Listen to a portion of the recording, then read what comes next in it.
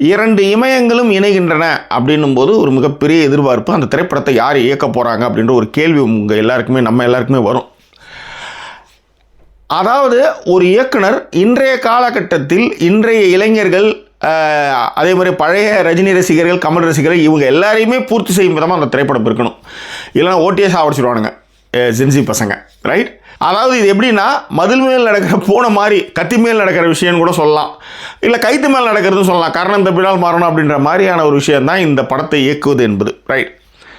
சரி, இந்த படத்தை வந்து வேறு யாரெல்லாம் இயக்கலாம் அப்படின்னு ஒரு ஐடியா எடுத்துகிட்டு வந்தோம்னா, ஏற்கனவே இவங்க 2 பேர் கூடவே பணிபுரிஞ்சவங்க வந்து இதை இயக்கும் பொழுது ரொம்ப நல்லா வரும் அப்படின்றது எல்லாருக்குமே இருக்கிற ஒரு தாட். ஏன்னா அவங்க வந்து நிரூபிச்சிருக்காங்க. இப்போ ஒரு பெரிய திரைப்படத்தை வந்து ஒருத்தவங்க இயக்குறாங்கன்னா அவங்கக்கிட்ட புதுசாக இருக்கிற ஒரு ஆள்கிட்ட வந்து கொடுக்குறது ரொம்ப ரொம்ப ரொம்ப ரொம்ப கஷ்டம். அது வந்து அத்தி புத்தா மாதிரி தான் யாருக்காவது கொடுப்பாங்க. ஆனால் அனுபவம் வாய்ந்தவர்கள்கிட்ட தான் வந்து இந்த பொறுப்பை வந்து ஒப்படைப்பாங்க. நாம் எல்லோரும் நினச்சது என்ன அப்படின்னா, லோகேஷ் கனகராஜ் தான் கண்டிப்பாக வந்து இயக்குவார் அப்படின்னு நம்ம நினச்சோம். காரணம் என்னென்னா, விக்ரம் படம் எடுத்தார்.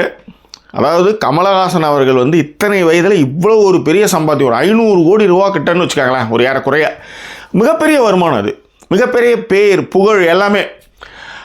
அப்படியான ஒரு படத்தை வந்து லோகேஷ் வந்து கொடுக்குறார், ரைட்? அதன் பிறகு வந்து ஸ்ருதியோட ஒரு ஆல்பம் பண்ணுறார். அதன் பிறகு ரஜினியை வச்சு கூலி பண்ணுறார். கூலியோட ரிசல்ட்டு தெரியுது நம்மளுக்கு. அதாவது இப்படி போட்டு அடித்து சாவடிக்கிறீங்களாடா, அவரை போட்டு கலாச்சி தள்ளுறீங்களாடா அப்படின்ற மாதிரியான மீம்ஸ்லாம் வந்து பறக்க ஆரம்பிச்சுது. ஸோ இப்படி ஒரு பக்கம் ஒன்று போயிட்டுருக்கு.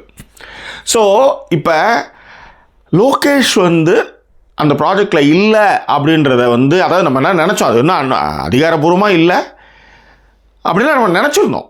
ஏன்னா கூலியும் பண்ணியிருக்காரு, அந்த பக்கம் விக்ரமும் பண்ணியிருக்காருன்னும் போது இந்த ஜென்சி பசங்களை வந்து ஓரளவுக்கு வந்து சாட்டிஸ்ஃபேக்ஷன் பண்ணுற கேப்பபிலிட்டி வந்து லோகேஷ் இருக்குது அப்படின்ற மாதிரியான ஒரு நம்மளுக்கு இருக்கும், ஒரு ஐடியா இருந்தது தானே, எல்லாருக்குமே இருந்தது தானே. திடீர்னு வந்து இன்றைக்கி வந்து ரஜினி அவர்கள் வந்து ஒஸ்டர், நாங்கள் வந்து இன்னும் டைரக்டர் ஃபிக்ஸ் பண்ணல, தேடிட்டுருக்கோம்.